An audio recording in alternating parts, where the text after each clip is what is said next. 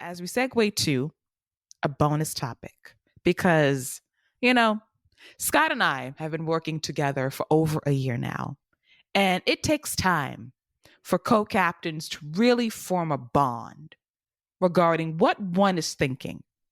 So I swear, as I put together our rundown for this week, I watched SmackDown on Friday and I was ready to type Liv Morgan versus Raquel Rodriguez. Then I thought about it. I thought about my co captain. I sensed maybe Scott wants to talk about Liv Morgan. I'm going to erase this as a topic, and I'm going to see if my co-captain is going to broach the topic for discussion. And sure enough, I check my DMs and I saw a message from my co-captain telling me, by the way, can we slide in Liv versus Raquel as a topic of discussion? And I was like, right on cue. Oh, my co-captain. Let's talk about Liv Morgan versus Raquel Rodriguez. I would give you the floor first because I know you too damn well now.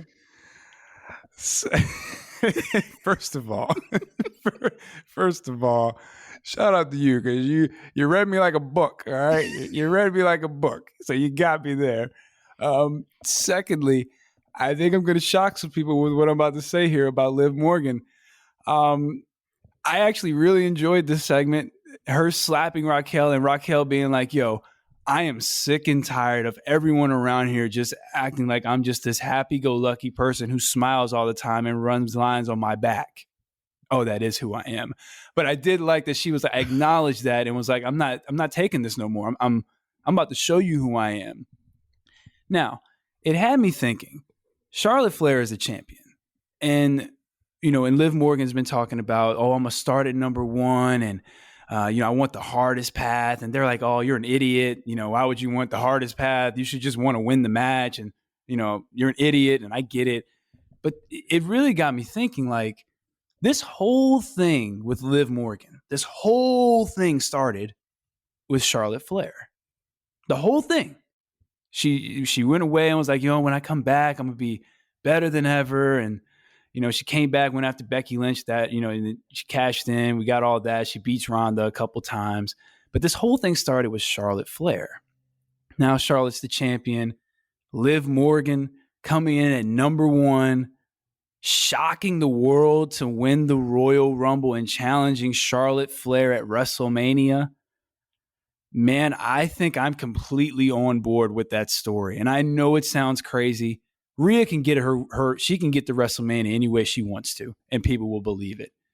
But I think this Liv Morgan story has legs. Like, the people will get behind Liv Morgan, and we've already seen it happen. We've seen crowds get behind Liv when you tell a story and you let her fight from underneath.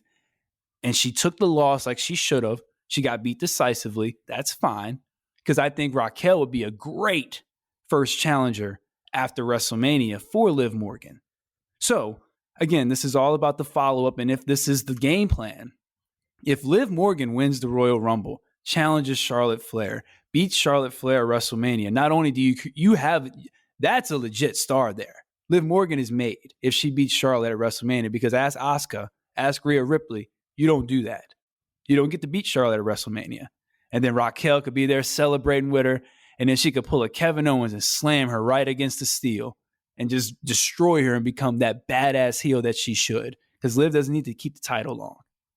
I think that's the story you tell with Liv Morgan, and I think you not only create a new star in Liv, you create a new monster heel in Raquel right after WrestleMania. You have your whole summer lined up with Raquel as this big monster and Liv chasing to get her title back. But there is one thing, the elephant in the room. I'm still waiting on Liv to just acknowledge that she lost the title in the first place. That is my issue too. And I love me some Liv Morgan, but I have given her 2 weeks for 3 months, and I have had, and I still don't have my answer. Hell of a trade-off right there. I mean, it is a hell of a trade-off. And I've waited for 2 weeks, for 3 months, as to why she's gone extreme, why she loves tables so much, why she must pull them out during traditional matches, realizing you can't win that way. And I love Liv, but it's stupid. But I love Liv. I want to preface it by saying I love Liv. And I loved your idea because I too felt away 3 years ago, going on 4, when Liv initially left after she lost to Charlotte. And I loved the energy she gave. There was something about that match. And it was something about Liv leaving and coming back. And granted, the return at Bobby and Lana's wedding was not perfect. And it was a miss. I love Liv in that moment, but it was a miss in terms of execution and some tone deafness by WWE, because I preferably would have wanted to see Liv and Lana get together at the wedding. But oh no, let's play into old stereotypes. But I digress on all of that. So the pandemic hits and Liv's growth as this baby face is stunted, and we kind of like pause and all of that. And then Becky Lynch comes back and Liv is revived as a contender. And it's nice to see from her champion. Nice to see. I do agree with you, Scott, in that it would be a great story at the Royal Rumble if Liv truly is number 1 in the Rumble and she outlasts everyone and she wins. And we go back to the full circle moment of Liv versus Charlotte, where it all began over 3 years ago. I am sold on that. I'm even sold on Raquel being in her corner and then flipping on her, because that gives me a chance to re-see Raquel as a badass during her initial time on NXT, not this smiling, lovable babyface that is so out of character for her. So you set the table beautifully as to what would happen at WrestleMania, what could happen at the Royal Rumble if WWE goes there. The story writes itself, and I think Liv and Charlotte were great together heading into WrestleMania. But I too still wonder when Liv will acknowledge I lost the SmackDown Women's Championship to Ronda Rousey at Extreme Rules on October 8th, if I'm not mistaken. And I have waited 3 months for 2 weeks about what happened, and I still don't have my answer. And all of my timeline is messed up because it's been 2 weeks for me for 3 months. She playing games, man. Like, that's all we need. I just need her to be like, and look, I know Ronda got me. I never got my title back from Ronda, so I'm going to get it back from the person this all started with. You say that, I'm good. Yeah, you good with me. You acknowledge your past. You acknowledge that you messed up and you should have went after Ronda. And now you're going after what you should have. You're good with me if you do that. Now, they're probably not going to do that. And, Liv's probably going to be like the first one eliminated by Raquel. Raquel would probably be number 2 and toss her out like immediately and be like, see, I told you should have been number 30. Since they get to pick their number, obviously. Yes. Can we bring back the Tumblr? Man, I swear that is one of the few things that Vince McMahon had, or if it was his idea, but that's one of the things that I do want from the Vince McMahon era is that Tumblr and seeing them pick out their random numbers. That was great. I loved it.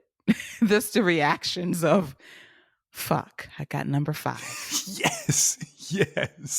You could tell how early or how late someone was coming in just off the face. Hey, I got number 25. Yay, I got number 7. This is great. I missed the Tumblr. Bring back the Tumblr. Damn it. It's my favorite kind of lottery.